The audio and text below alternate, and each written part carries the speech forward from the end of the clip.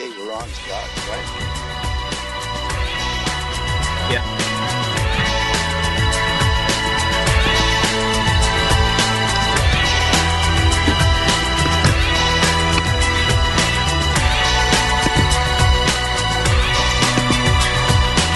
Streetways are back in extreme places I didn't know. I broke everything new again, everything that I'd owned. I threw it out the windows, came along. Streetways I know will part the colors of my sea, all perfect coloring. Streetways that held me, they held me out late at night. Extreme places I had gone, they never seen any light. Oh, dirty basements, dirty noise, dirty places coming through. Street words alone, but did you ever like it then? Oh, I would stand in line for this. There's always room in life for this.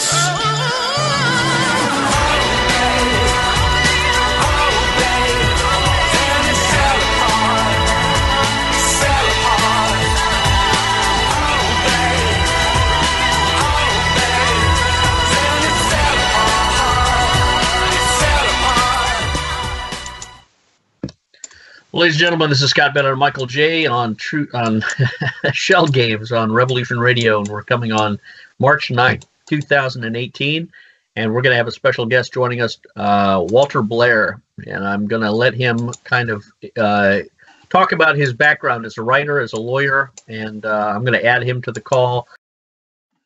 Walter, are you there? Yeah, he's here. All right, we're back up and running. We've got the internet finally with Studio B, so we should be on Revolution Radio. Walter, we're going to kick it off. Can you hear me well?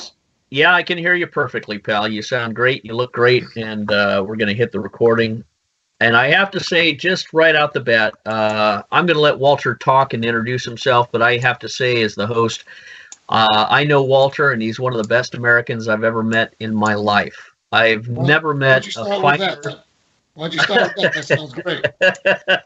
I have never met a finer man, a finer lawyer, a finer writer, a finer American than I have in the experiences that I had with Walter Blair. A truly strong-minded, well-skilled, and morally impervious, man of action, and one of my inspiring models of greatness that has given me incredible strength and skill and a tenacity. And he's a writer. He is a prolific writer. He is a man who has probably seen some things that no other human being has seen. So I'm going to hand it over to you, Walt, and let you introduce us into your writing, your world, and we'll join you on this journey tracing your skills as a writer, how you acquired them, where you acquired them, and where you've been in life. Go ahead, Walter Blair. Well, hello, everyone, over in California. As you know, I'm in the East Coast, well, at least Washington, D.C. I'm Walter Blair, a very good friend of Mr. Scott Bennett, and he's given me the opportunity to present myself and what I have to offer to the public today in this live radio show.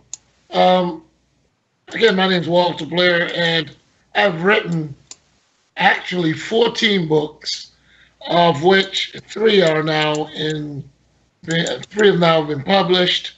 The first one would be Presidential Approval. The second one is The Sanction, and the third one is Abduction. Basically, in the first book, I wanted to show how our men and women who serve our great country, what they have to do to keep us safe. It's almost like a real life James Bond scenario. And these things actually do happen, even though presidential approval is fiction. And then you see the various ways the Attorney General may react with the president, may react with senators, may react with congressmen and women, and how all of this interplay to keep us relatively safe.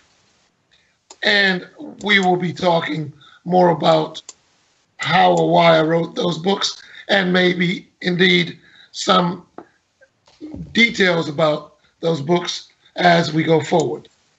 Now, Presidential Approval, the second book of the trilogy, is The Sanction, which follows the story of a special op named Jennifer Steele and how she played the female James Bond role, if you want. And she moves into the second book called The Sanction. Each time she's faced with very difficult tasks against terrorists who would like to destroy our way of life, and how she went about destroying their activities so they would not bomb America or destroy our cities or make us doubt our democracy. The third book in that trilogy is called Project H2O.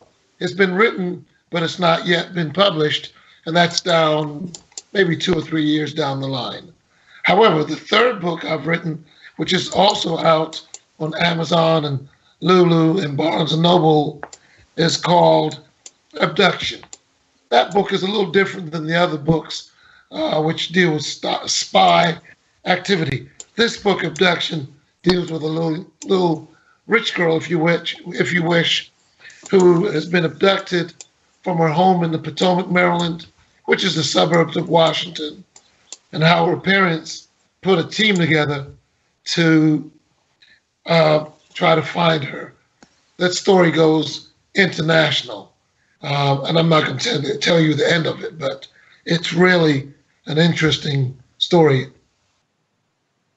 So basically, I'm here to share with you how I got into the world of writing, and some of the pros and cons, and some of the fallen moments that I've experienced, and how I have overtaken and risen above those negatives to be the man I am today and continue to be. And I hope that what I do helps to motivate others who will be tested. Well, Walt, I want to mention your website so people can have that material and access it. And one of the websites is walterbblairbooks.com, and they can find your books on Amazon. So they go to Amazon and they search Presidential Approval by Walter Blair, The Sanction by Walter Blair, and that'll start the conversation. He's also available on lulu.com. Presidential Approval, Walter Blair. And another website that Walter's got is walterblairpublish.wixsite.com/Walter Blair. walterblairpublish.wixsite.com/Walter Blair. That's spelled Walter Blair is Blair. So, Walt, I just wanted to get that out for people to follow you, because there'll be people seeking out your books and your website, your articles, and things like that. And, if I may, I want to segue into what made you a great writer. What made you begin this journey of going into the literary world and writing these things that are of a Tom Clancy flavor? It seems to be because you've lived a lot of your life before you were a writer. When you were a lawyer, you were a practicing lawyer. You had experiences with Johnny Cochran, with all sorts of colorful individuals for years. You were fighting a lot of the corruption that you found in states. You can talk about the states where you were at and practicing. And you personally experienced a backlash against you, where you essentially seemed to be put into a crucible of research. And in that crucible, you found a new identity in writing, but it incorporated all of the people that you met, all of the research you were doing about soldiers, special ops, intelligence people, politicians, the corruption of U.S. government, the dark state, the deep state, the secret agendas that inhabit the corridors of Washington, you found yourself in a location where all of that was sort of pushed into your character. And in that fertilization of your character and the fertilization of your mind, your literary growth, the fruit of that fertilization, was your evolving, emerging literary career. You couldn't but help express all of the things you were learning and acquiring through your fiction novels. So I want to just hand it back to you and let you begin to talk about where you were, what you've done that led to this. Go ahead. Well, to follow what you've said, and you did an excellent job of presenting my history in a nutshell. But let me first say that in the 70s, I was able to go to law school, and I met some very great people there, particularly because I went to law school at Howard University in Washington, D.C. Many of my teachers were federal judges and state judges. And one of the things they taught us is the law is a moving object. It's not still, it's not stationary, it's constantly evolving. And if you see things which are wrong in society, you have a duty to set it straight. And one of the things we learned that if it's not the law, it should be the law. If it's not the law, it should be the law. And you and I have talked about that, Scott, and we will get to that as we develop this discussion. And so I've always cherished my creativity and how to bring about what is right and what is just through the law. Not everybody appreciates that. Now, for example, I have been blessed with the opportunity to change the law across the country in a case called, for example, U.S. versus Paul Russell. In Russell's case, he was an immigrant who had pled guilty, but the U.S. attorney had misinformed him about the consequences of deportation. And we know immigration is a big thing now, going through the legal system and the political system. But one of the things I was able to do in an appellate process is make the U.S. District Court or the U.S. Appellate Court in D.C. recognize that a person, before he pleads guilty, he should know he may be deported for this. And the court agreed. That was back in 1982. Here it is now, fast forward the year 2010, and the U.S. Supreme Court adopted my very case, U.S. versus Russell, in a case called U.S. Padilla versus Kentucky. In that case, U.S. Supreme Court said yes, a defendant, particularly one born outside of the United States who may be quote-unquote an alien, he has a right to know, and his lawyer, the prosecutor, and the judge, all of them have a duty to advise him. If he pleads guilty, he may well be deported, because to plead guilty or to go to trial is a God-given right within the United States Constitution. And before a person gives up those rights, he should know what he's doing. So in that regard, that case was able to be put in place, which now protects all illegal, not illegal, but all aliens, if you wish, who come before our legal system. You mentioned Johnny Cochran. Along the line of my practice, I was able and honored to meet and do a lot of cases with Johnny Cochran. He was a brilliant lawyer as well. You know, we all know. Some people do not like his politics, some do. The point is, the man was brilliant, and he was able to put things in context for the average juror to understand. And no one could argue that he was one of the most smooth-talking, charismatic, seductive men in the history of practicing of law. I don't think anybody could be as smooth and as gracious and as affable and warm. I mean, he had a charisma that made Bill Clinton look like a troll. Johnny Cochran was just a magnet, and you couldn't help but like him. Go ahead.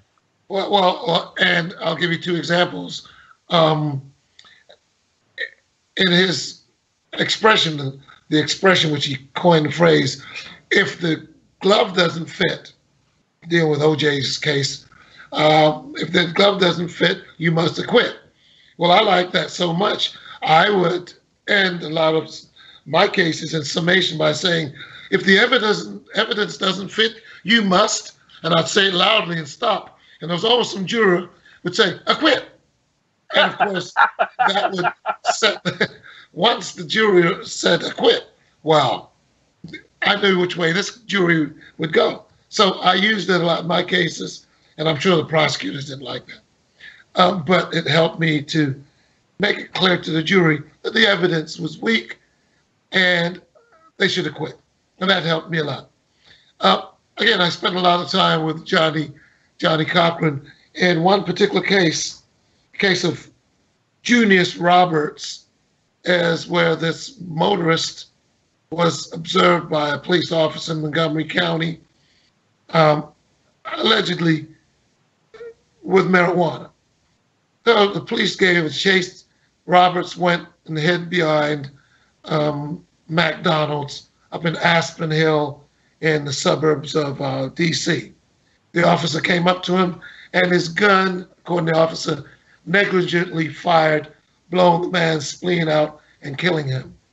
Well, at first, it was alleged that he was resisting. But that was my case. I brought Johnny Cochran into the case. Johnny was an expert of bringing in experts to shape and make the case. So he brought in Dr. Joseph Madden out of New York, who was an OJ witness, and Dr. Baden.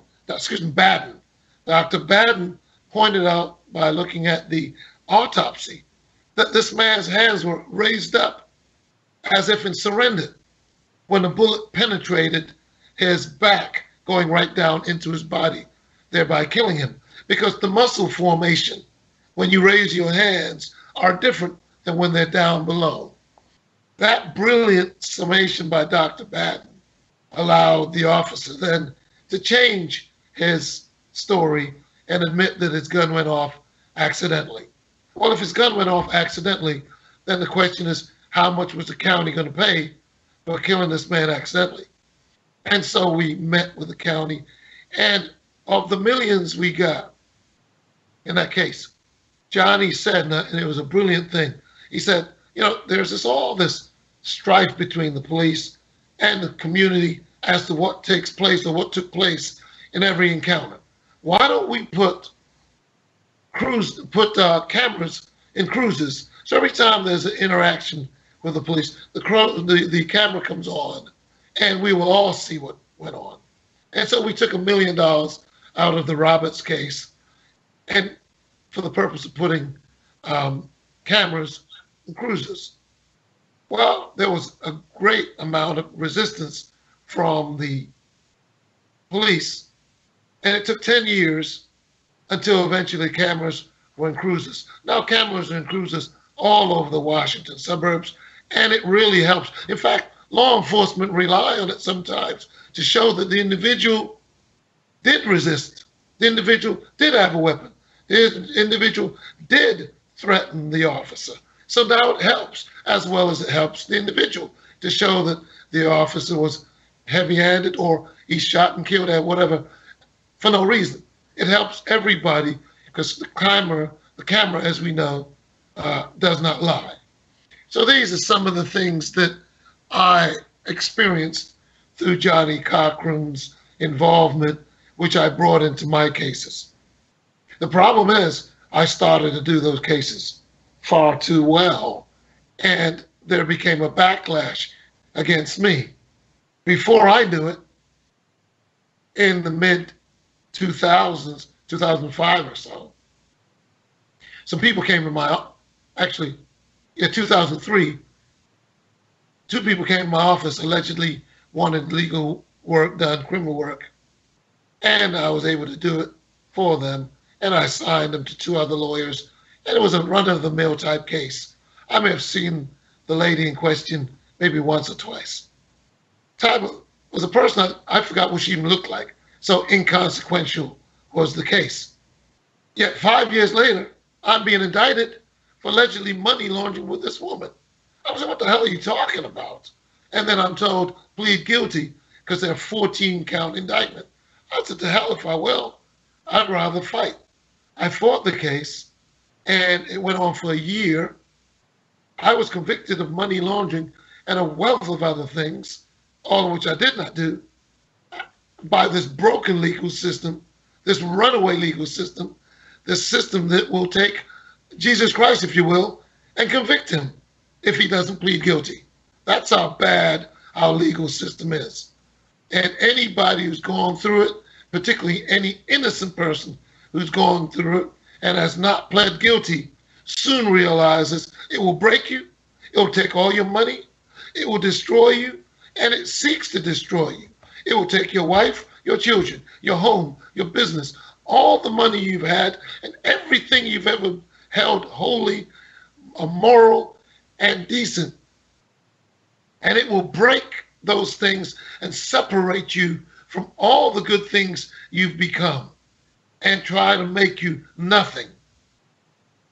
Well, then the metal that you are, the metal that you have, and the person you have become better step forward. Because that's the only thing that's going to keep you righteous, keep you strong, and bring you back when they finally let you go, if they let you go.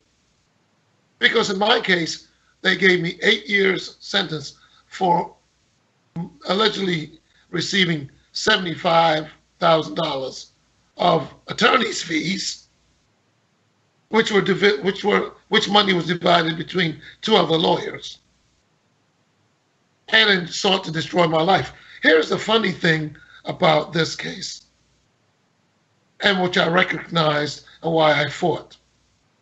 Money laundering under 18 U.S.C. 1957 is obviously if you take money, tainted money, and you try to clean it up. However, there's one exception which applies only, and I emphasize, only to the criminal lawyer, that if tainted money is brought to the criminal lawyer and he uses that for legal representation, that money, that transaction may not be used to prosecute the criminal lawyer. That is the exception, which is 18 U.S.C. 1957, F in parenthesis, 1 in parenthesis. Well, I knew that law, and so I applied it, and I used that in all my motions. I must be the only lawyer who was ever convicted of that, even when it was raised. No matter how I raised. Let me jump in there and give an analysis of a layman. What you recognized was that the Constitution gives people the right to due process. So a criminal has a person has a right to use their funds to have counsel represent them as the Constitution empowers them to do, regardless of how they got that money, where they got that money. It's immaterial. They have a constitutional right to counsel, and they have to pay, obviously, for that. And what they did with you is the first time in the history of the United States, the corruption of the Justice Department sought and targeted you because of your capabilities, your skills, your prodigious abilities to attack corruption at the highest levels. Race. And don't forget race either. And race. You're a black man, a black lawyer, a black male, a black alpha male, I might add. You don't take prisoners. You don't back down. You're confident. You're bold. You're skilled. You're erudite and scholarly in your language. And they're intimidated, jealous, and afraid of that. And as you know, Scott, I helped everybody, black, white, Chinese, everybody was entitled to the law. And I just want to reshape some of the things you've said. Yes, the Sixth Amendment guarantees a defendant right to a lawyer, effective legal representation, and that's where the exception to money laundering starts.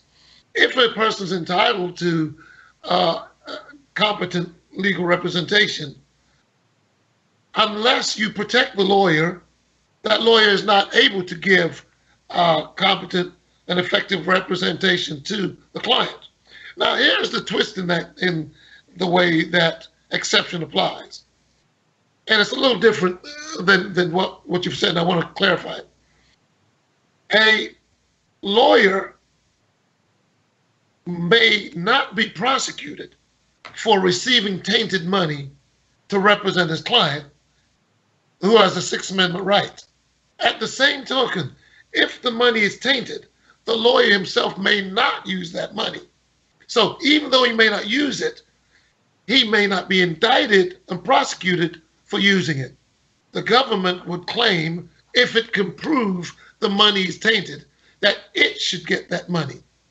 So the money, in as much as it may not be used by the criminal lawyer, it cannot be used to prosecute the criminal lawyer, if you see what I'm getting at. That's right. What they did in my case, they subjectively, or they ignored that which I've just said and said, oh, it's drug money, we're going to indict you for. No, you can't, because the exception protects me, the criminal lawyer, from you using that money to indict me, even though under certain circumstances I may not, the defendant may not be able to give me, and I may not use that lawyer to represent him. And see, here's how, on a certain level, here's how lawyers and their clients in the courts are translated. The clients of lawyers, if you will, are solid people. The lawyers that represent them are phantoms, are ghosts, are transparent. They're not physical, if you will. So the laws that apply to the solid people, you know, just using this analogy, gravity and structures, do not apply and cannot apply by the physics of their existence to these phantoms, these ghosts, these lawyers, because the Constitution and the system of law has been designed since the origins of law to allow the advisors, the counsels, the conciliary, whatever you want to call them, to exist on this plane of almost transcendent transparency. They cannot be grasped. They cannot be cornered. They cannot be put into a room. They cannot be arrested and thrown into the same cell as the person that they are representing, because the nature of lawyers and law is supposed to be invisible, transparent, untouchable. The client is the one that the law and the courts and the judges and the prosecutors can touch, but they cannot touch the lawyers for their representation. Now they can try and come at the lawyers and give them a traffic ticket or some other case, but they cannot step into the plane of existence where the client and the lawyers are exactly the same. That destroys the entire system of law and representation. As you just said, the lawyers, if you treat them like the client, then you completely destroy their abilities to protect the client. And what they did to you, they can do to any lawyer. What they did to this client by destroying your ability to protect him, they can do to every American citizen. And you raise an excellent point, Scott, because I would like your audience to know that the first 10 constitutional amendments are really to protect the individual. The fathers and framers of the Constitution, coming out of Europe and seeing how things were done against the individual, did a brilliant thing for the individual. They wrote those 10 Bill of Rights to protect the individual. Now, those Bill of Rights have been eroded somewhat over time, but they still stand and should stand to protect the individual. And so the only other case that I saw similar to mine was a case of U.S. versus Velez out of Florida. This was a big drug case where the attorney, Bennett, a very fine lawyer who I eventually got to know, who taught me and showed me how to apply the exception. He himself was caught up in this in Florida. They got $5 million, allegedly clean money, which this lawyer, Bennett Kuhn, says this is clean money, so we can use it to represent the drug dealer who was charged down in Miami. Well, they charged Bennett Kuhn, the lawyer, the bookkeeper, Velez, and a lawyer out of Colombia, South America. When the case came before the U.S. District Court down in Florida, the judge says the plain meaning of that exception, which I've just pointed out to you earlier, means that you cannot use the transaction, i.e. the money, to prosecute this lawyer. It is exempt. The word is that money transaction is exempt. Now, if you government think this belongs to the government or it's illegal money, you can prove it's in a civil hearing, in a forfeiture hearing. So you talk about forfeiture. If you can prove this is drug money in a forfeiture hearing, then you take that money. The client then may not be able to use that money to represent himself. But you cannot use that money to prosecute the lawyer. And that case went up and down the 11th Circuit, and the 11th Circuit says, didn't the district court tell you you cannot use that money to prosecute the lawyer?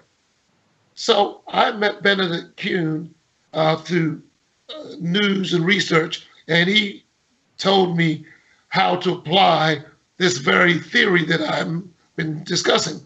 When I applied it, my U.S. District Court said, no, I don't see it that way. We're going to trial. Then when I went to an appeal, the chief judge of the Fourth Circuit, Judge Traxler, said, I agree with Blair, and I agree with the case of Florida, U.S. versus Velez. You cannot use this money, the transaction, to prosecute the lawyer. Otherwise, the Sixth Amendment is destroyed. Yeah. Two other appellate court judges disagreed with him and me and the people in Virginia and denied my appeal. And see, let's go back for a moment, because another important element of this, Walt, is the lawyer that represented you failed miserably or was corrupted, because if I remember correctly, correct me if I'm wrong, when you were writing multiple motions, and I have to say right off the bat, I learned the law from Walt Blair. I learned how to write motions from Walt Blair, and it was the best education I ever received. My typing speed sped up from 60 words to probably 120 words per minute. Walt and I would sit down and craft some powerful legal educational arguments that I treasured. Not to cut you off, but I'm going to give an example of that in a minute. Go ahead. So when the lawyer that represented Walt, Walt had written multiple motions, and I love the story when he's in the courtroom, and he's a lawyer, so he's smart enough to represent himself at the same time with the lawyer. It's dual representation. I can't remember the exact Latin term, but Walt represented himself too. So when the judge would have sidebar meetings, Walt would step up from the table and go right up to the judge's sidebar and put his arm around the prosecutor, because they would all huddle over like they're in a football huddle. And the jury would look at this and they'd see, here's Walt Blair walking up, and he's leaning into the huddle, and he's got his arm over the back of the prosecutor. Well, they soon put a stop to that. Yeah, but he gave the point, right? He was subtle and smart. But here's the real tragedy: is all of the motions of defense and dismiss that Walt wrote, saying you cannot do this because of the Constitution. His lawyer stands up and says to the judge, when the judge says, was this money for legal representation? And his lawyer says, I don't know, or I honestly can't remember, or something that caused the judge to slam the gavel against Walt, because his lawyer sold him out, undermined him, took a bribe, or was just too stupid to be able to remember what Walt had been writing in multiple motions. For that moment in time, Walt was consigned to this tragic sojourn into the prison wilderness where I was lucky enough to meet him. But I'll hand it back to you, Walt. Yeah, and that segment of my appellate journey was actually in appellate court when the appellate lawyer forgot or didn't even realize that all of that money I received was attorney's fees. Had he made that argument, I believe all three of the appellate judges would go along with me. How could you say, I don't remember, and then say it was not all attorney's fees? Well, if it wasn't all attorney's fees, what the hell was I doing with it? Except money laundering. So it kind of buried me. And I'm shocked to this day that the lawyer made that argument. Which brings another point. There are good lawyers, bad lawyers, and lawyers in between. But as a result of that situation being in the federal camp, we met some, which takes me to the next point. I met some very, very good people, morally sound people, decent people, men with conviction, and I don't mean conviction in a criminal sense, men who stood strong for their beliefs. And Scott, you and I don't believe in everything. We don't agree in everything. That's not the point. You stand firm for what you believe, and you can articulate it. And that's all that's necessary. That's all people look at. We don't kill each other because we disagree.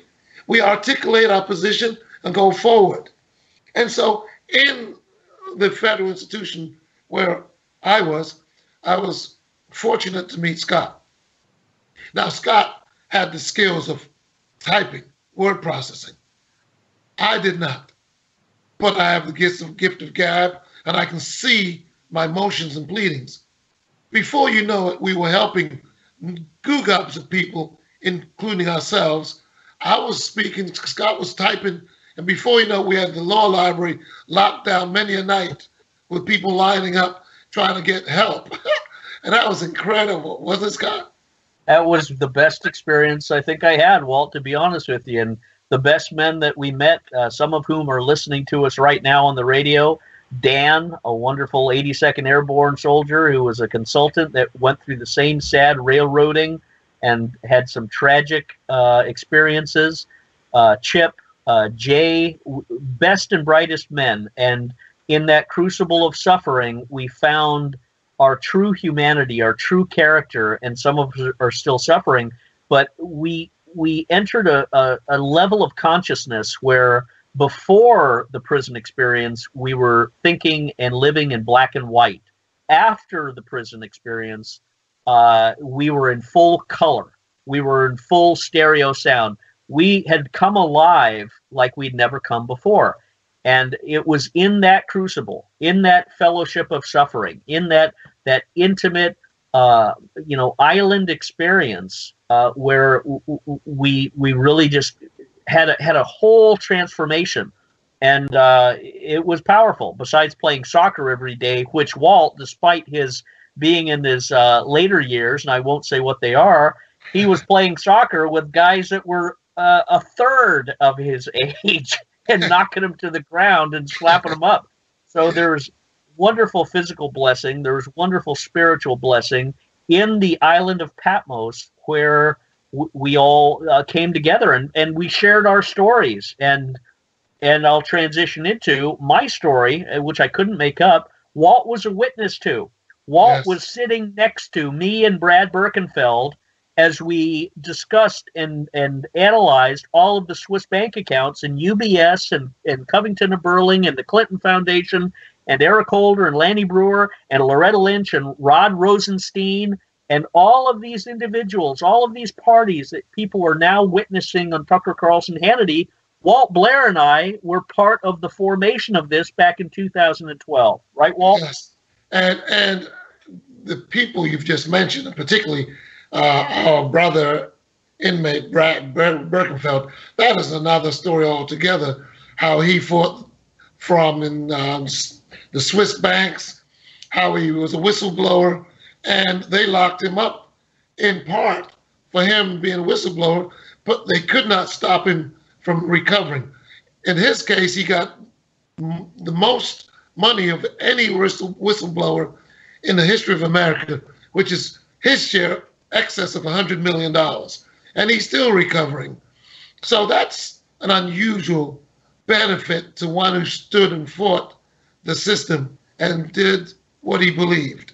But while we were in Schuylkill, one of the things I was able to do is read, or some of the things I did, I read a lot because you have time, and there were all these writers, not just John Gresham, of whom I read most of his books.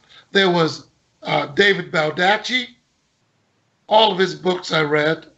There was Tom Clancy, you mentioned, read most of his books.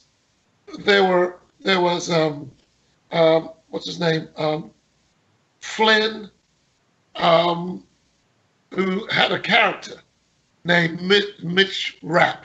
And I'm not going to go too far into that character, except Mitch Rapp was a patriot, a real American patriot. He went into very dangerous countries, Middle East or Europe, wherever the challenges to our democracy would be found.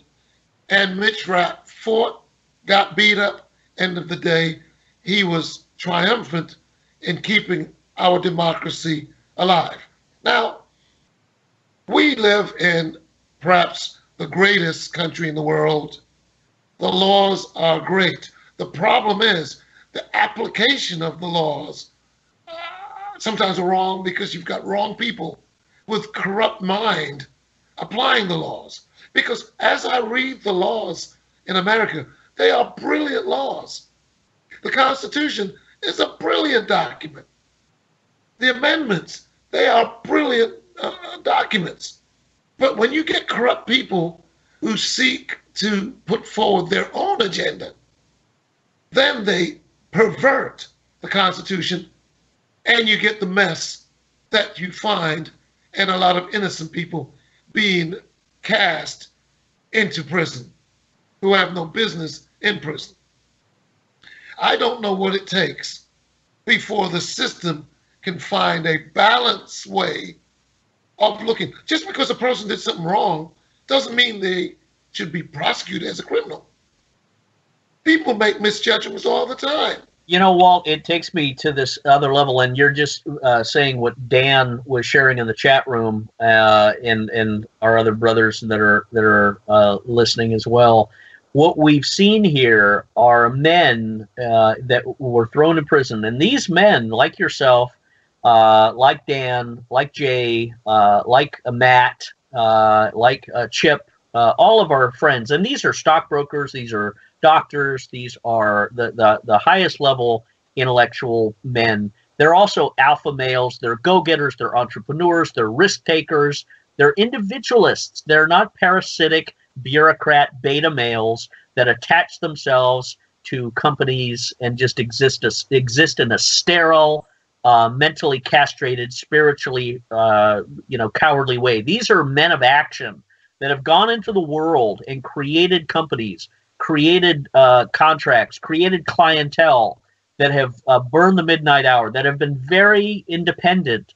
And that is the engine of society. That is what creates wealth. That is what creates prosperity. That is what grows a civilization and a country. That's why America grew from 1776 to 1900 into a powerhouse of wealth and material productivity, was because men of an Ayn Rand, Atlas Shrugged creative spirit went out and conquered the world, conquered materialism, conquered the natural resources, put them to work. They had the charisma to lead men. Walt, you had the charisma to lead men in your law firm, to tell people this is how this is going to be done, this is how that's going to be done, get this done, get that done.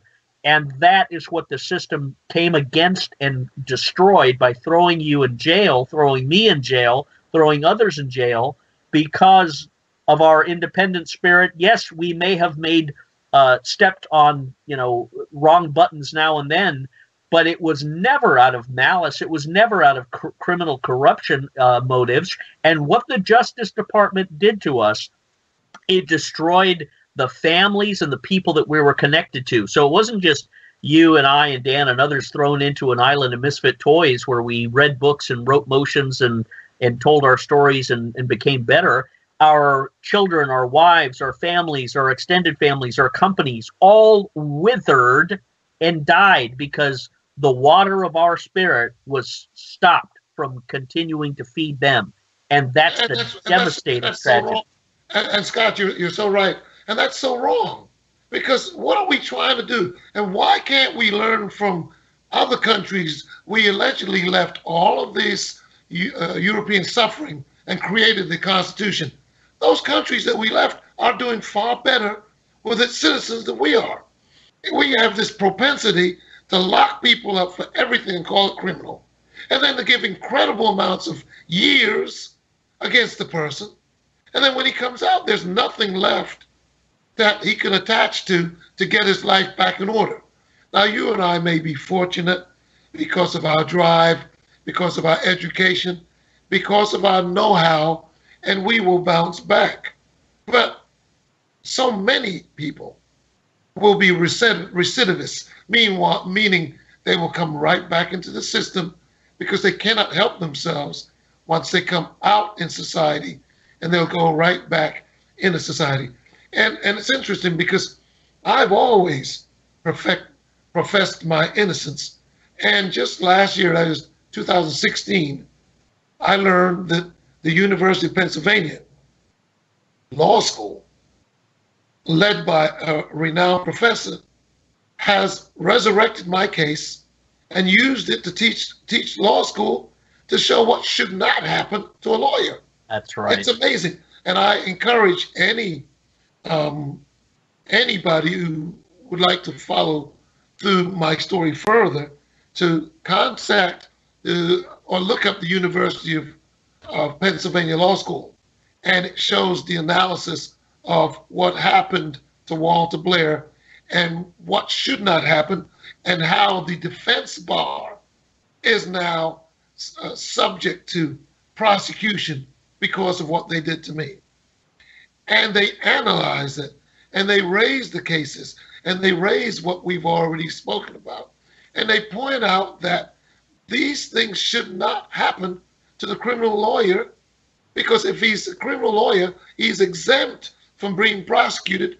Otherwise, you chill. You created a chilling effect to the defense bar. Remember, there are two bars going on in the criminal world. You got the prosecutor and the defense bar. What do you think happens to the defense attorney when he figures the prosecutor can prosecute him if the prosecutor doesn't like him, or if the prosecutor tries to work a deal with his own client? It is the emergence of tyranny. It is the confirmation of a tyrannical government and a tyrannical class of government bureaucrats armed with incarceration, confiscation.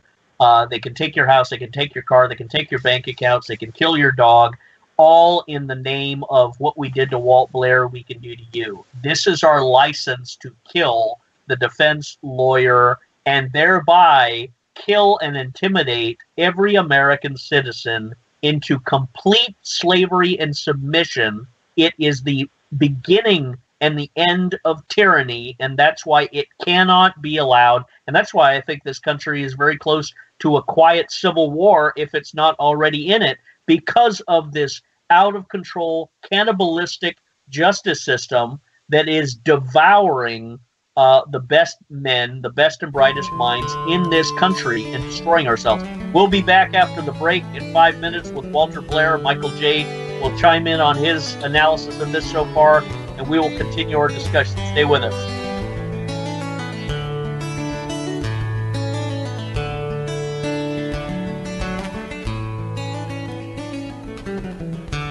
Five-minute break. How was the presentation so far? Excellent.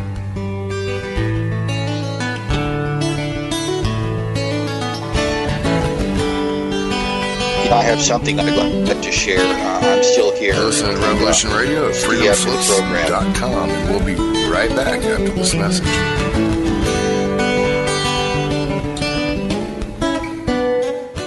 Ladies and gentlemen, can I please have your attention? I've just been handed an urgent news story, and I need all of you to stop what you're doing and listen. On the go? Still want to listen? Don't have one of those fancy phones with too many buttons? Don't know what an app is? Or you don't even care? Well, we got you here at Revolution Radio. Now you can dial in 24/7 to listen to our shows. We have a number for Studio A and Studio B, and best of all, it's free.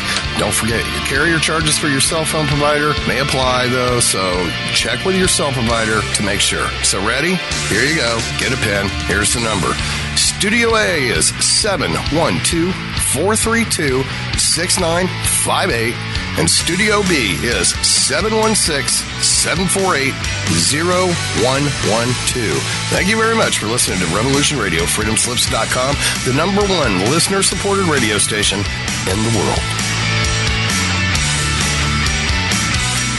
Hey everyone, it's Barbara Jean Lindsay, the Cosmic Oracle. If you have questions about your past lives or future plans, need answers from the cosmos about your love life or career, or just want to keep your finger on the pulse of the planet, check out my show, The Cosmic Oracle, here on Revolution Radio at freedomslips.com.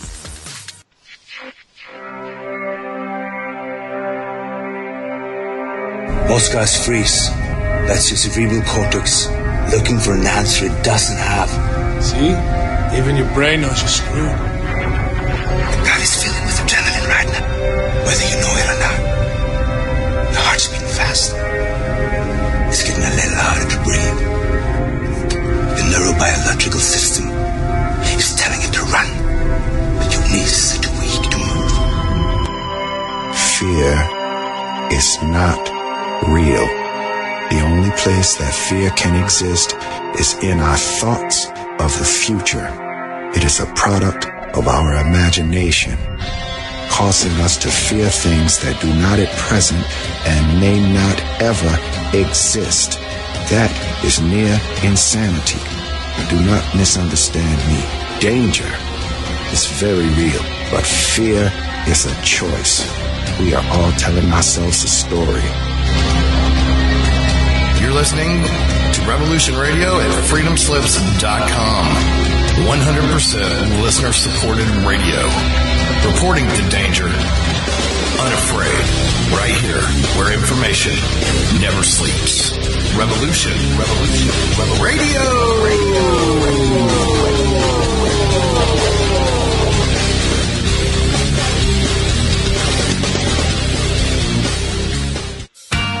Looking for a nightcap to fill your listening needs?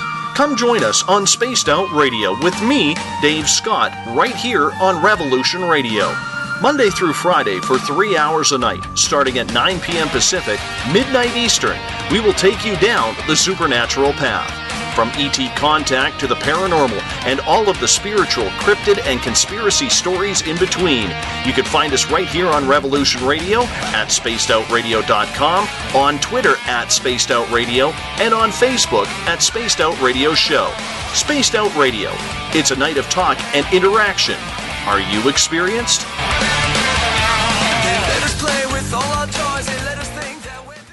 Join me weekdays for my new show, Tell Chris Joe. It's going to be a problem show brought to you live from Kensington. Thursdays, I'm dealing with hot topics, heated debate, what's new around the world, and ring-ins to discuss listeners' problems and offering considered and heartfelt solutions. So join me, Chris Hart, for Tell Chris Joe. Stop what you're doing, grab a cup of tea. I'm coming live from Kensington. Relax. Let me entertain you with a coffee bar online. Listeners' very personal problems. So that's Thursdays, 2 p.m. in the afternoon, Revolution Radio, freedomslips.com. See you there. It's going to be lots of fun. The opinions expressed on this radio station, its programs, and its website by the hosts, guests, and call-in listeners or chatters are solely the opinions of the original source who expressed them. They do not necessarily represent the opinions of Revolution Radio and freedomslips.com, its staff, or affiliates. You're listening to Revolution Radio, freedomslips.com, 100% listener-supported radio, and now we return you to your host.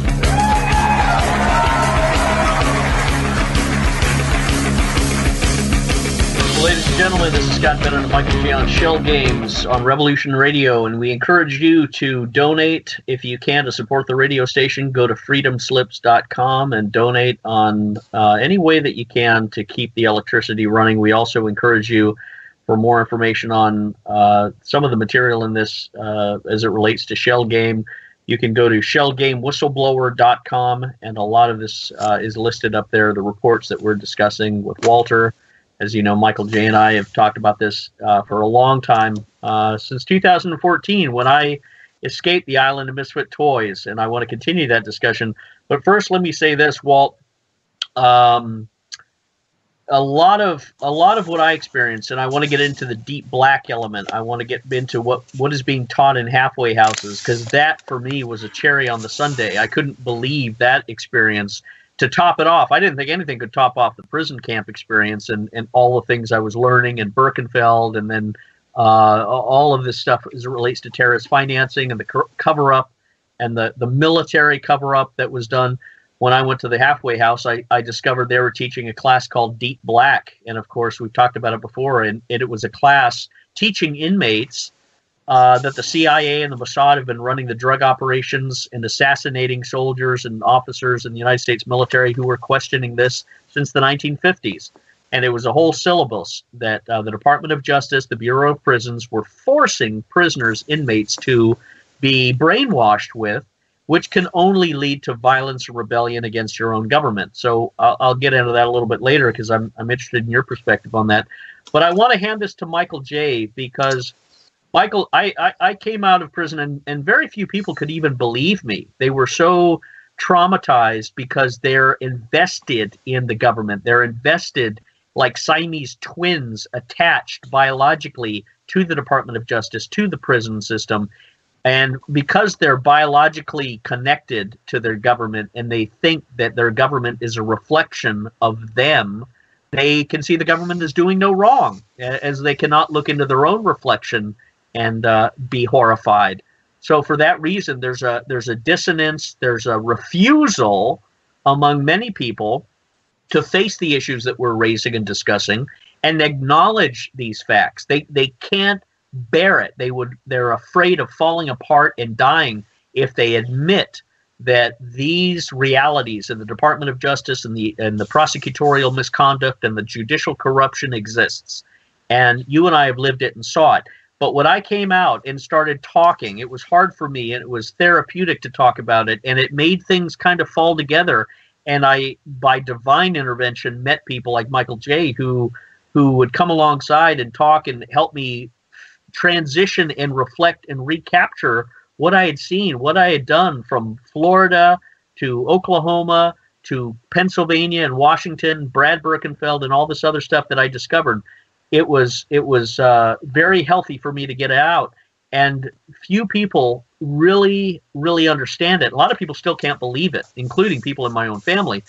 And I want to hand it back to you, Mike, so that you can say and share with Walt, without me interjecting, you can share with Walt, Mike, what it is that you know about me, Scott Bennett, my experience, what I've said about Brad Birkenfeld, Shell Game, that Walt can chime in on and confirm or clarify. Go ahead, Michael J.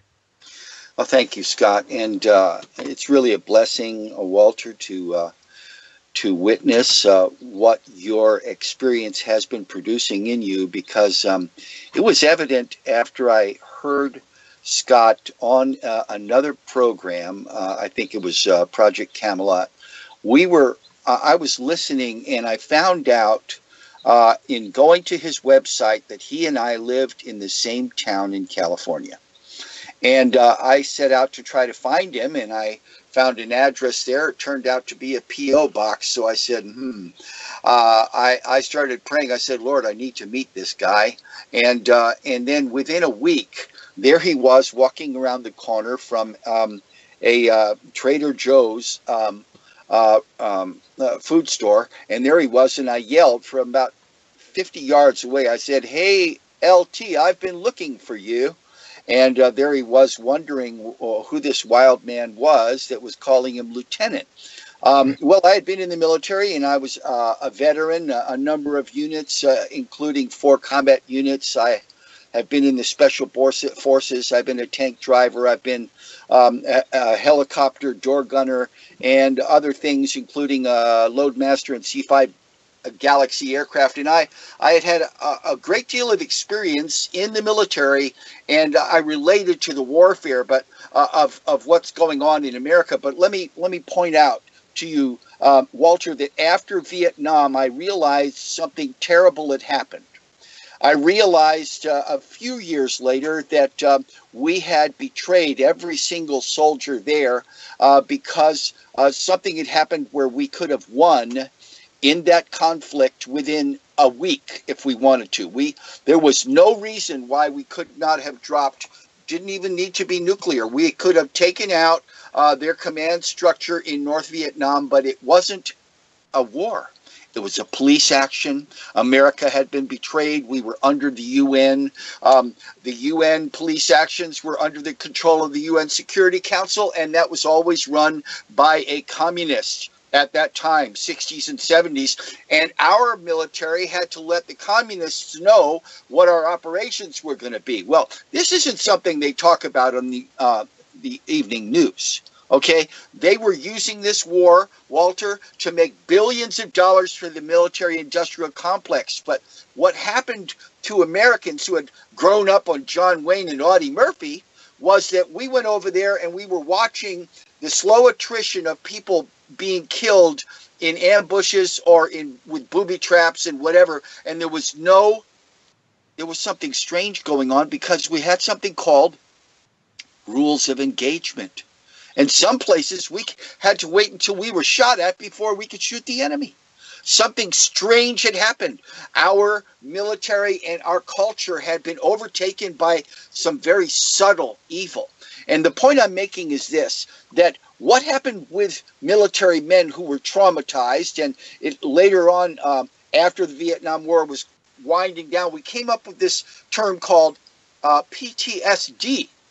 And when I saw what was going on in Scott, I realized this man, because I was reading his book, this man is still processing. He's still dealing with the fact that he was betrayed by the very government that he had been committed to serve. And he found out about treason in high places, and they did him in. They threw him under the bus. They gave him an attorney, which was the nephew of Donna Shalala, who ran the corruption complex, one of the greatest ones in the world, called the Clinton Foundation, that was handling all of the research that he was looking for, handling the very bank accounts that were financing terrorism, so that these monsters that run that do the orders of the deep state could run the deep state under the table without Americans realizing. So here's my point, Walter. When we found out that this was going on, when I began to understand that we could recognize in other people that were suffering the betrayal, all of a sudden things began to materialize, and we recognized what we called in the oath the domestic enemy. And the point I'm making here is this, Walter, that what you have bumped into, what you have uncovered, is something that is actually right now being promoted and sustained by Jeff Sessions, who is invested in prisons for profit in America. That essentially our complex, our legal system has now been weaponized, and it has been turned into a corporate product that is a corporate process for making money off of human suffering. And I believe the prison you were in was actually run by one of those corporations that was making money off of putting people in prison. That's what I had to point out, that we're dealing with a deep infection, a deep state infection with total surveillance that was enhanced by the false flag of 9/11, which Scott found out about from Van, who you also knew, there in the prison, that we bombed our own buildings, hallelujah, murdered our own people so that we could advance the agenda of a very inhumane, very monstrous culture of death and destruction, and now imprisonment in the largest gulag in the modern world, which is the United States prison system. So, Walter, I've just served up a whole bunch of balls for you, and Hit him out of the park, brother. Well, everything you said has a great deal of truth to it, and obviously you've done some research. In my case, and in my battle, and my continuous steps to bring forth my own innocence, I am in the process of taking all the pleadings I filed, along with that 2016 position by the University of Pennsylvania, which says exactly what I've been saying forever, that you cannot do this to the defense attorney. What I want to do is go up on Capitol Hill at the appropriate time and request a hearing before Congress. I want to show them that as long as what they did to me exists, no defense lawyer is safe. And once the defense lawyers know they're not safe, they will never provide the defendant with the proper service Congress and the founders of the Constitution intended. They intended for defense attorneys to fight and use creative reasoning to represent the defendant that the government claims has committed a crime. When you cripple the defense attorney, you've destroyed one half of the legal system, because all you, as far as the criminal system goes, because you've got the defense attorney fighting for the defendant, and you got the government with all of its might, all of its power, and it already had that.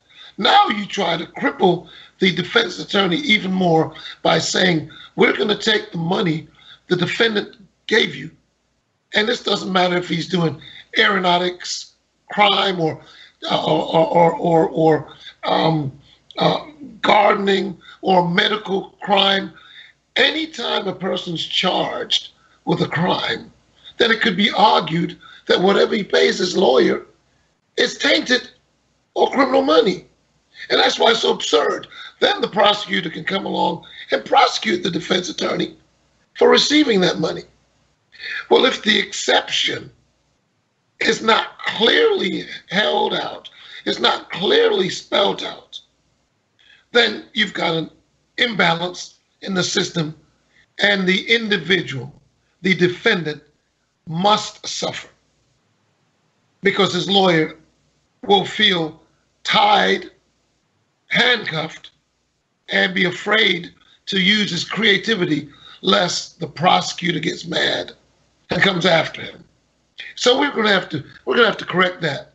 And I am willing to spend the rest of my life going before Congress, making these arguments until such time as Walter Blair, or maybe it becomes a Walter Blair rule, that brings it back into focus, brings it back into balance, levels the playing field so that the defendant has a fair chance before the jury or before the court system when he's indicted or brought on charges. Because otherwise, we are all in deep trouble in America.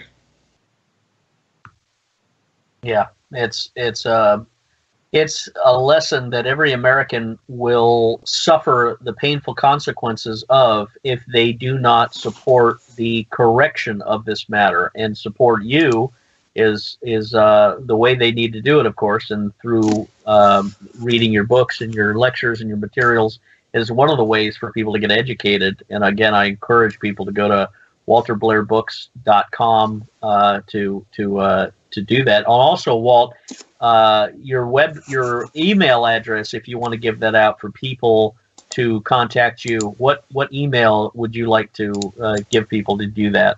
So yes, I'd be glad to. I have three of them, but the two main ones is wblairpublishing@gmail.com. Then there is walterbblairbooks@gmail.com. And it's just that easy, just that straightforward.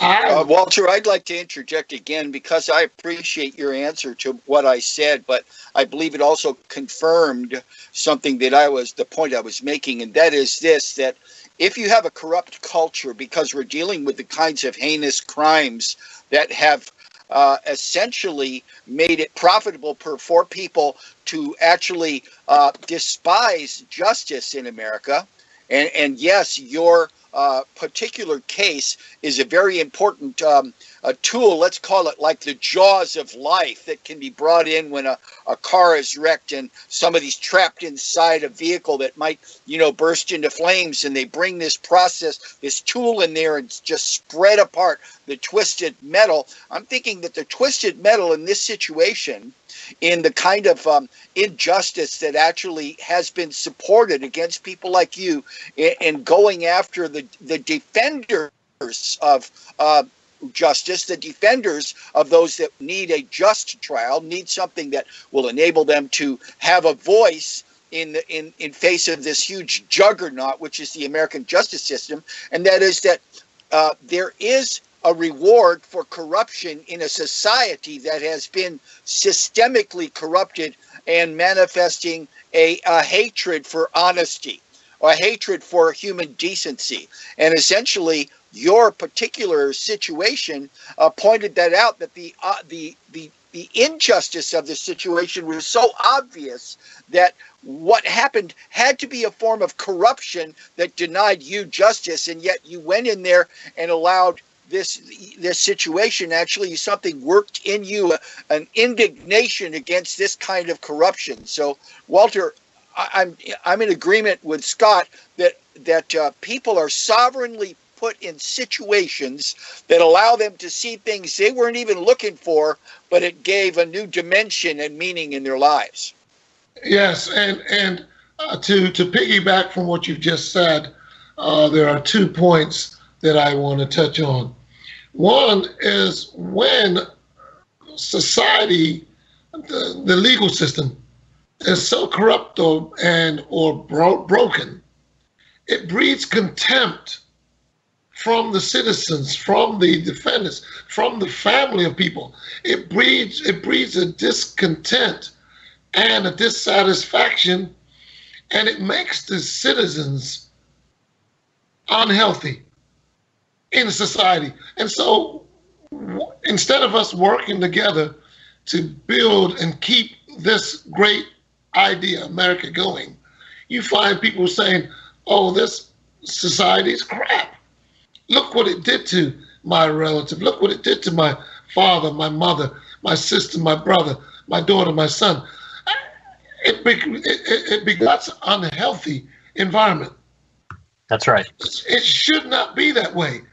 Look, if a person commits a crime and you try him or her for those things and not overcharge him, all he can say is, well, I did wrong and I got a fair trial and they found me guilty.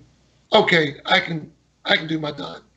But when you stack it up, knowing full well that it's ridiculous what you're doing, and you give a person these years with a corrupt case where you coerce witnesses, or you get crooks who've committed greater crime than the very defendant, and you make them plea, or you make them give statements against the defendant, knowing full well that the statements these witnesses are doing are false, you're creating a destruction of the fiber of America.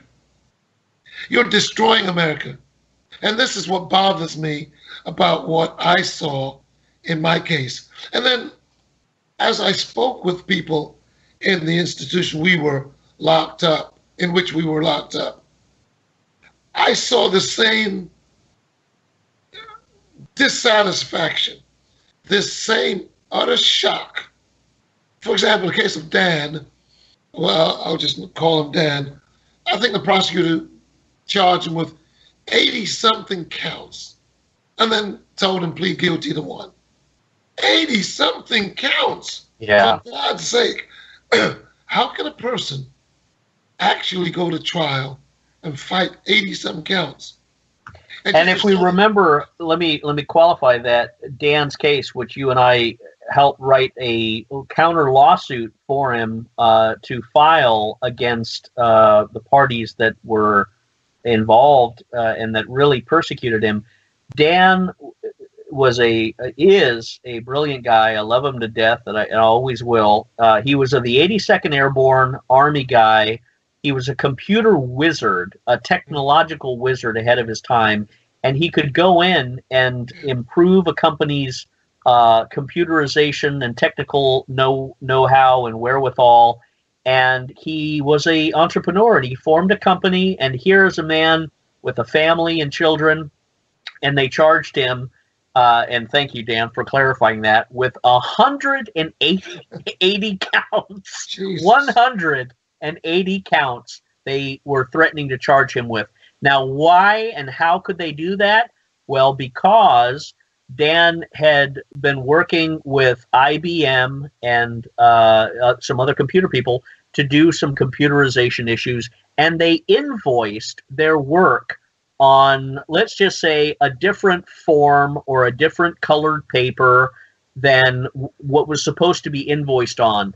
And I think IBM had said, change it to this form, or change it this way, or do something to make this fit our way that we want it. And Dan said, you're the boss. And they changed the invoices to fit what IBM wanted. And the moment they did that, the government, I can't remember all the details of how it came in, but the government came in and said all of these invoices were done improperly, and that means they were done illegally, unlawfully, in violation of law. And Dan said, well, we didn't know. The government the IBM, the company, the client told us to do it this way. And the government said, well, that doesn't defeat the fact that there are 180 invoices, so that's 180 counts of fraud that we're going to file against you for filling out the wrong form the wrong way, so take a plea deal. And Dan did the calculation of his computer mind and said, holy crap, 180 counts at 5 years a count, I'm going to be Rip Van Winkle and be in jail for 1,000 years. And I've got a family and I've got a house. No, I have to, as much as it kills me, as much as it kills my family, as much as it torments my business partner, to say we did nothing wrong from the movie A Few Good Men. Danny's even more innocent. He said we have to take the plea deal, because if we fight 180 counts and we end up losing because the jury is exhausted beyond the ability to even reason, which they do to juries, as they did to Kirk Shelton, another person that we met, then Dan loses everything, and so does his family, and so does his great-grandchildren, because he's going to be gone forever. And for that reason, Dan took a plea, and he was in jail, and his family falls apart, his wife falls apart, everything falls apart, and he loses everything. An innocent man who is contributing society, and the government says 180 counts for filling out 180 different forms the wrong way. That's the absurdity, the insanity, the diabolical, devilish cowardice that is now become the justice system and the prosecutors and the judges. Instead of this thing being thrown out or rectified with a fine, no, they throw an Army veteran from the 82nd Airborne who's never done anything in his life. They throw him into a federal prison camp, but by the grace of God, he comes out a better Christian man, a better human being. Sadly, the family falls apart, but it's like Job, Walt. Job goes through and loses everything, but in the end, he is given much more. And we may not see all the more things that God brings to us, but we have to have faith that what they meant for evil, God meant for good. And he will make up. And we just have to submit and be humble and be open and pray.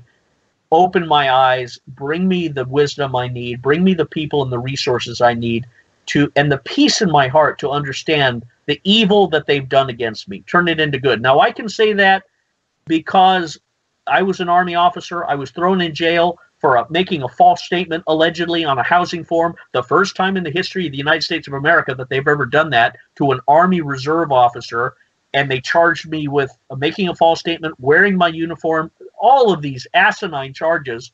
But had I not been put in jail, I would never have met Brad Birkenfeld, learned about the 19,000 Swiss bank accounts that were being used for terrorist financing, money laundering, and everything. Brad and I wouldn't have sat down on the rock garden and looked over all of this stuff with Bill Hiller and others and formulated the letter to General James Mattis, to Senator Dianne Feinstein, to Dempsey, to Odierno, to everybody in the Congress and the Senate.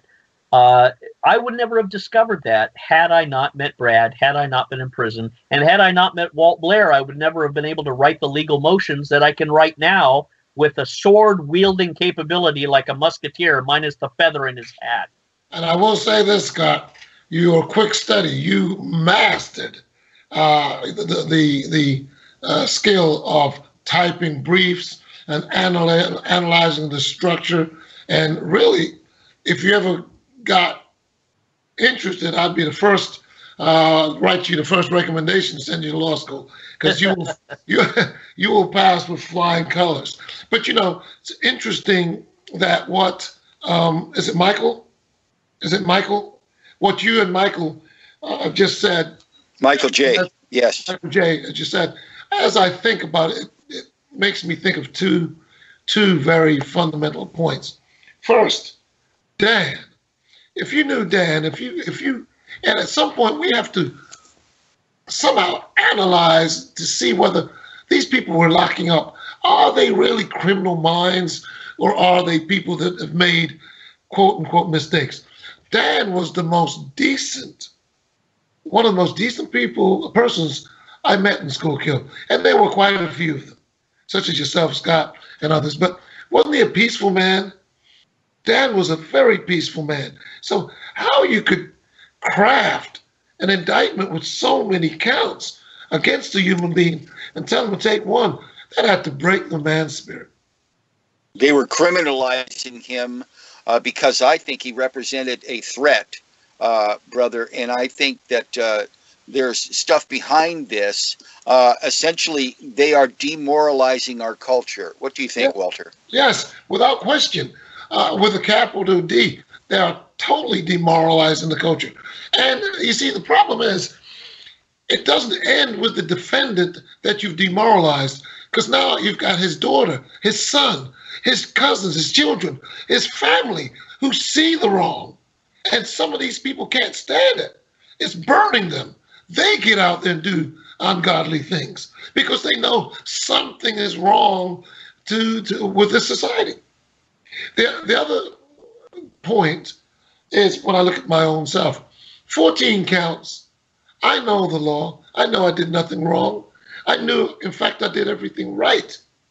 They want me to plead guilty to a count. In good conscience, I could not. Mostly everybody who knew me said, Walt, plead guilty. How can I? You might get 90 years. How can I? It is wrong what they're doing. Particularly the type of lawyer I was. I fought for black, white, Hispanic, Oriental, you name it. I fought for everybody as if he or she was my family, my brother, my sister. That's just how I fought for people. And so I could not plead to something I knew that was so wrong.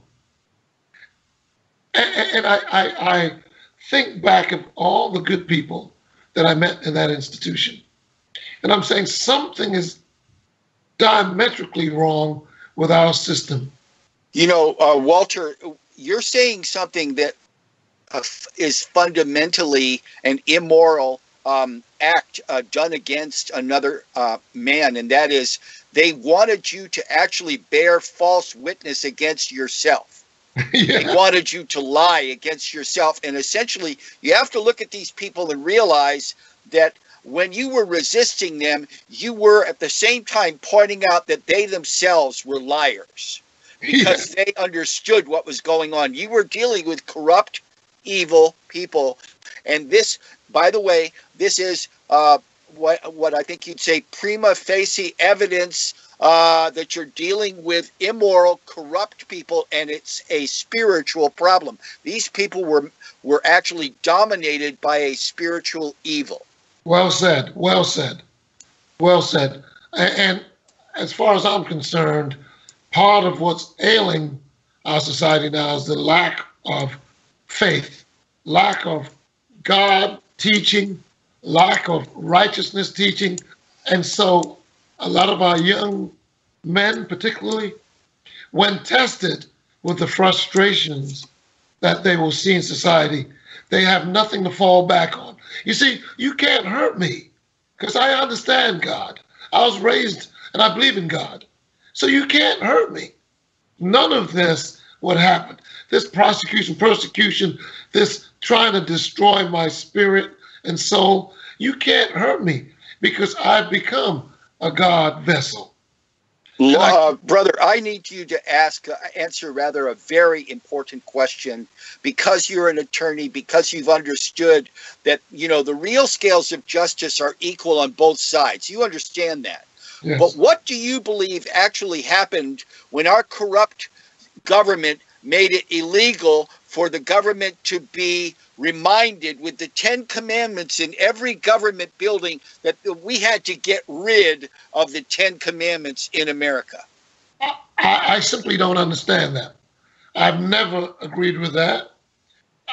You have people who, atheists, they don't believe in God. Well, that's their business. But how many people can that be against the wealth of the majority of people who understand they need guidance, who understand they need to connect to the spiritual father, the spiritual family, whether it be God, Jesus Christ, the Virgin Mary? They need to connect. Why do you strip the people of that part of their fiber, their foundation? And in this place, what do you have? TV that shows everybody being killed, women being raped, men being raped, people being sodomized, people being ripped off. That's all that we and our children see. You've got toys that show everybody being killed and blood squirting everywhere. Okay, if you've got that, where is the balance? Where is the spiritual balance that says those evil things that you see that we call entertainment, those things, there is a balance and there is a spiritual balance. Thou shalt not do those things. Thou shalt not kill. Thou shalt not steal. Thou shalt not covet thy neighbor's wife, ox, ass. Thou shalt not bear false witness. This false witness thing is perhaps the most damning and dangerous thing running rampant in our legal system. Yes, and they said we can't have religion because essentially that's they, instead of freedom of religion in America, they made it freedom from religion. Scott, I saw that something bounced you off, but you got back, brother. Yeah, they didn't like me and Walt getting together. I think it's because the dynamic duo just starts rocking the world, and these beta castrated men just fall apart at the seams like they should. I'm Godzilla, and they're my little Japanese Tokyo, and I can't imagine anything more pleasurable than stomping the life out of these parasites. And that's what we've got to deal with, Walt, these deep state CIA, Mossad operatives and the NSA types that are obstructing and throwing people off the alternative media. So I'm always happy to see them try it, because everything they do will be brought in as evidence in a court of law, and that's what Trump, I hope, is going to do. And I want to segue into this. You and I experienced in living color Rod Rosenstein, Eric Holder, Lanny Brewer, the Department of Justice, Andrew McCabe, all of these people and the depth of their corruption and what they were doing. We've lived it. You've seen Rosenstein. You saw what they did to you. And I would say this. I want your comment on it. What we see now in the Department of Justice and all of their corruption in inventing a false Russian dossier, trying to invent the fact that the Russians meddled with the election, which they never did. This was all part of a failed attempt to delegitimize President Trump and try and say that Hillary Clinton should have been president and that Trump's a traitor and the Russians are using him as a puppet. We now know all of that's a lie, and it doesn't surprise us because we know they are liars and they are corrupt to the core. And I just want to get your ideas and feelings on what you're witnessing now with this Department of Justice, all of these shenanigans. Well, Scott, I would like to respond this way. I see our great legal system. When I went to law school, and the cases I learned and studied, and the judges that educated me, their attitude and belief in the law were totally different than what I see now. Everything is twisted and bent for some ulterior motive. And it's so different. I can't believe in one lifetime the law is such that I honestly say I don't have much faith in the legal system anymore. When you say so-and-so did this and so-and-so did that, I don't have much faith in it anymore. How can I, when I've seen firsthand how it's destroyed innocent people? And I see how they twist things and how they manipulate weak witnesses to say what they want people to say.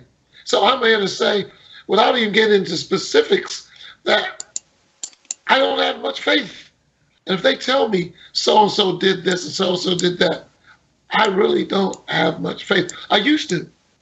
Well, what do you say about the Deep Black situation? And let me just paint it again. I got out and was put into a halfway house, and they were teaching this class called Deep Black. And I sent you a copy of the syllabus. I've included it in my book, Shell Game. And Deep Black was a syllabus. It was an article about 20 pages long that was written by David Guyette, this journalist, in 1998. And it was very similar to the Webb story discovering the CIA drug running operations. So here is the Department of Justice, the Bureau of Prisons, the halfway house, getting men who have just gotten out of prison, putting them into a room and handing out this syllabus called Deep Black.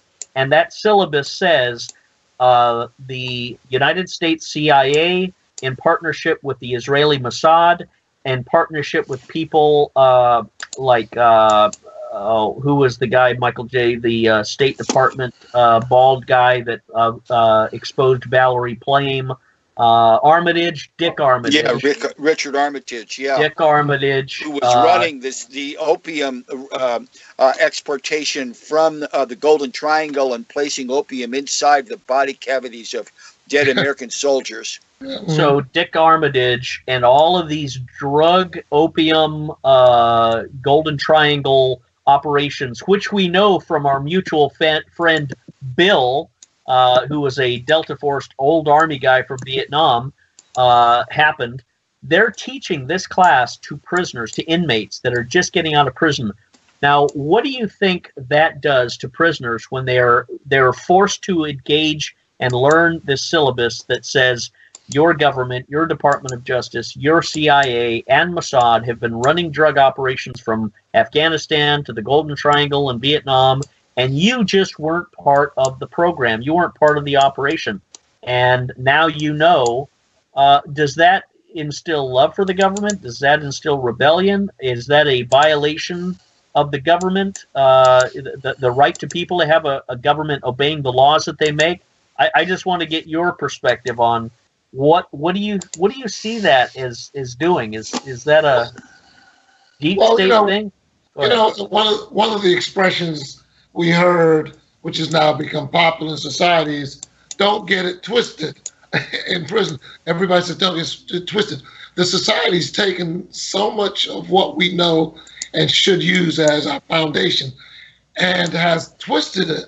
When I say society, meaning the people who are elected and put in positions to lead us, they have twisted the true nature of what we have always believed in and what we've always seen. That there's no telling which way is the right way anymore. What do we believe in anymore? What do we stand for anymore? As when we grew up as kids, we kind of understood this is wrong or right. As it stands right now, what the hell can you say is right? What can you say is wrong? And then I throw the question back at you, Scott, and you, Michael J. If you, and I ask each of you, if you were in charge of this big infrastructure we call the legal system, and maybe even larger still, your state, or even larger still, the society, how could we improve this thing? What would you like to see, Scott? And I'll ask the same question of Michael J. How do we improve this runaway train? How do we stop it? Well, some of the things we talked about in the Blair, Bennett, and Bagnis law firm in the island of Misfit Toys, with so many other people that were in these discussions with us in the law library. Really, it was the think tank of Schuylkill. And I remember fondly Mr. Wood, our education director, which gave us, that blanket of protection from the tyrants like Mr. Petrucci and all the other guys that were, the Gestapo, and some of them I loved. I mean, I love Mr. Petrucci in many ways. It was comical. I consider myself very blessed to have gone through that, because it was a comedy of errors. But some of the things we talked about was prosecutors need to be prosecuted and charged and punished for their unconstitutional, illegal, or prosecutorial misconduct that they engage in. There has to be standards or judicial boards or independent counsels or someone set up when a threshold of prosecutorial misconduct or corruption or just obscuring of justice occurs. It's similar to what they did in the Finicum case. They need to punish these prosecutors, and they need to give them a taste of what they try and dish out to other people. They need to take their material, their cars. They need to be disbarred. They need to be thrown in jail. For example, what they did to Lavoy Finicum when the Malheur Refuge was when all these protesters went up to Oregon and they killed Lavoy Finicum, and they threw the Bundys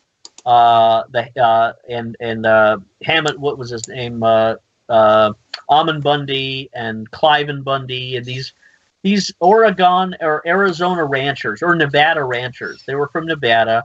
And the Hammonds also. And the Hammonds. And they came after these ranchers and said, you have to pay the federal government grazing rights. And the Bundy, or the Hammonds, or the Bundys, I can't remember which ones or what, had said, we've been grazing on this land since our forefathers came in the 1800s.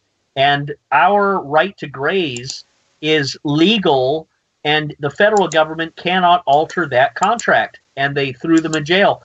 And they eventually threw out the case, and the judge said the prosecutors failed to turn over exculpatory evidence, as they did to you, Walt, as they did in my case, as they did in other cases. They failed to turn over the exculpatory evidence, the common sense reason that the average American citizen would go, oh, there's no crime here. I don't want to spend my tax dollars prosecuting Walt Blair or Scott Bennett or Dan or anyone else. God, turn it away or give him a fine like a parking ticket, but don't destroy his family and his livelihood, and don't destroy his love for this country, and make him even more full of anger and resentment and hatred towards America.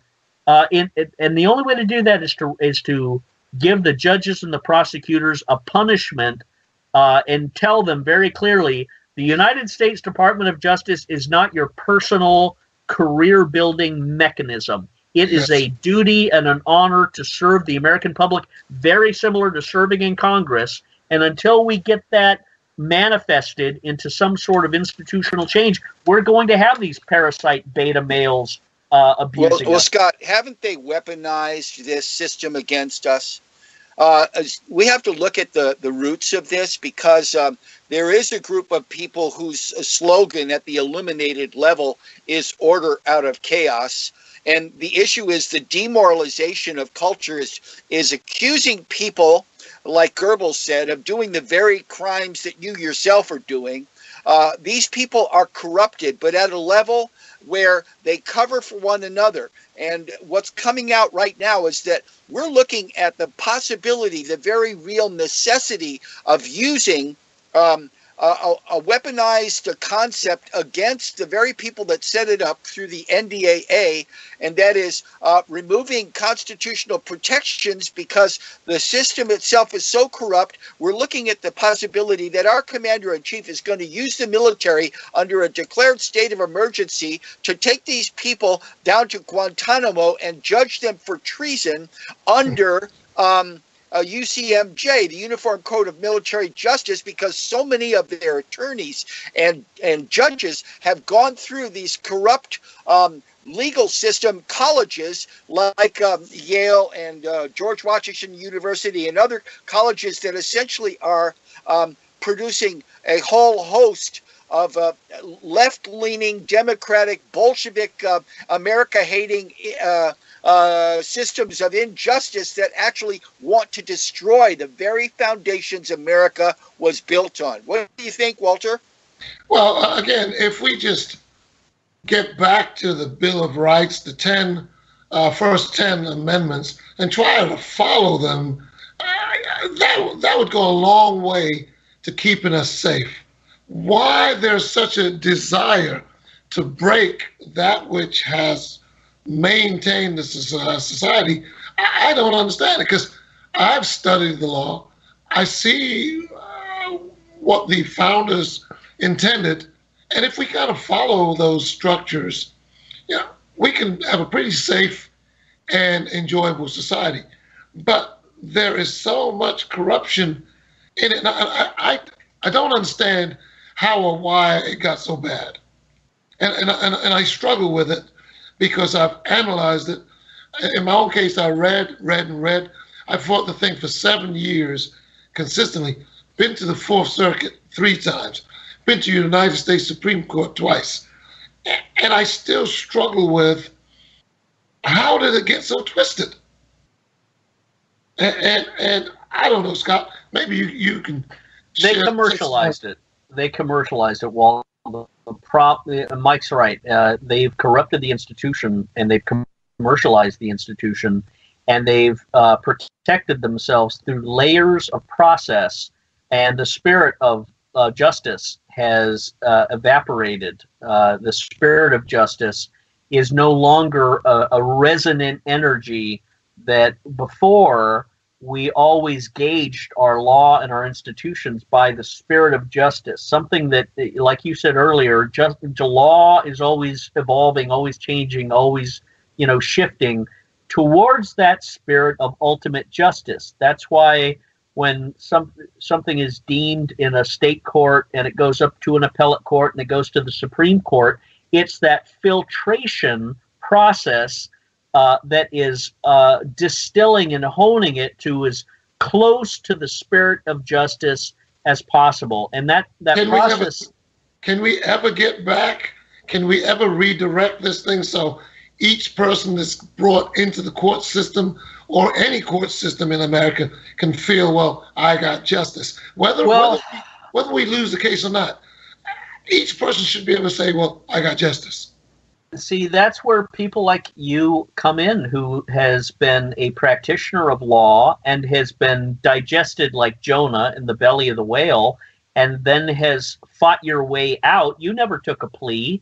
You never folded your arms and submitted to being swallowed. You fought and kicked and bit and screamed and pulled and gnawed your way out till eventually the whale just had to get you out of its guts. And now you're on the beach and you're mad as hell and not going to take it anymore. You haven't surrendered a single thing.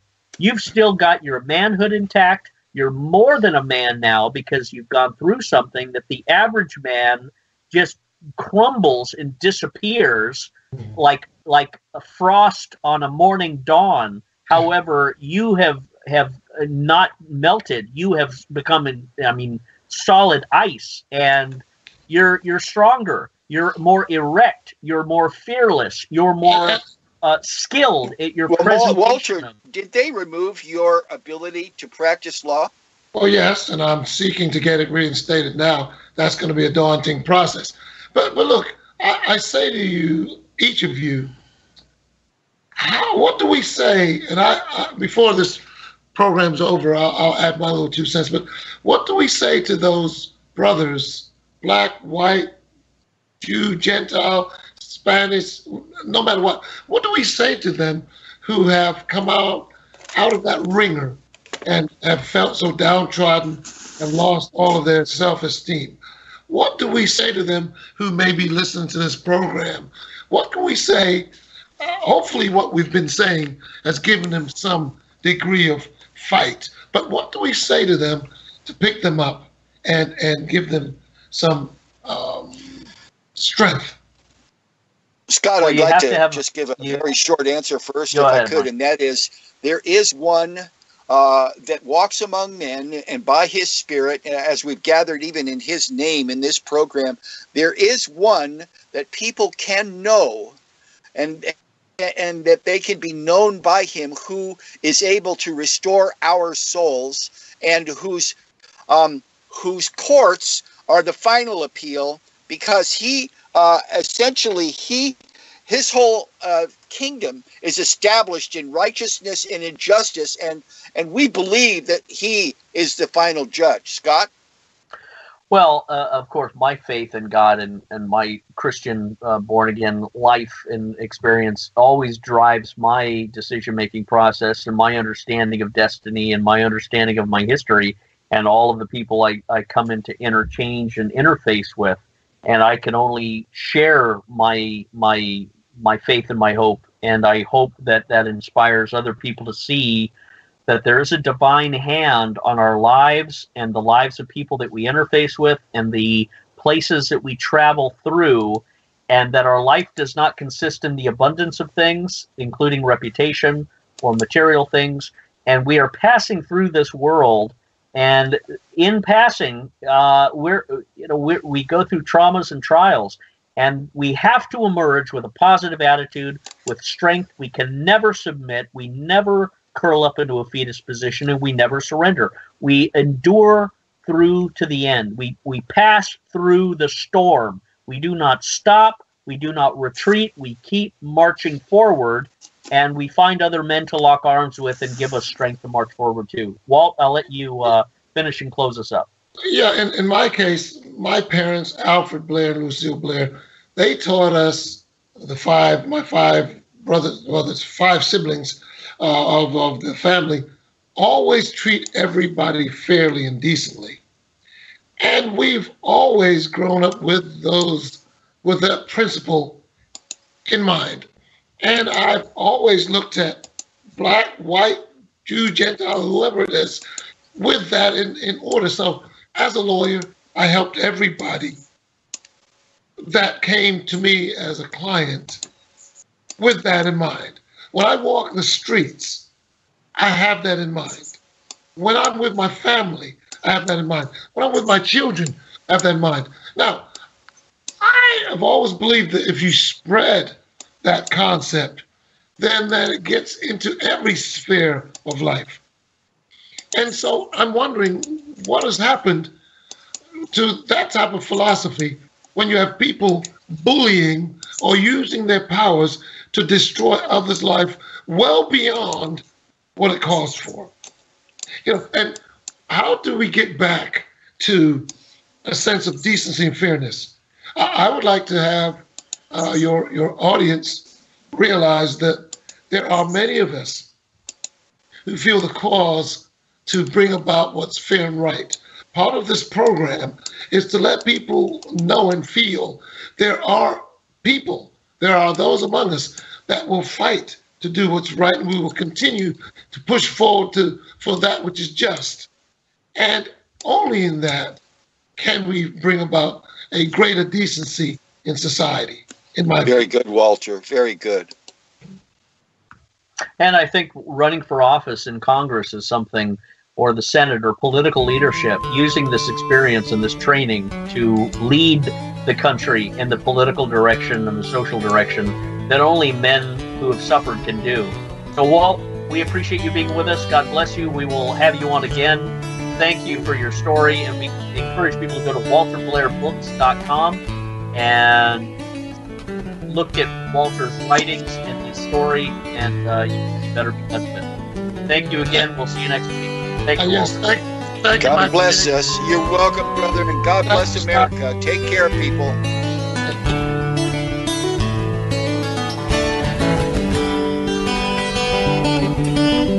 You're listening to Revolution Radio.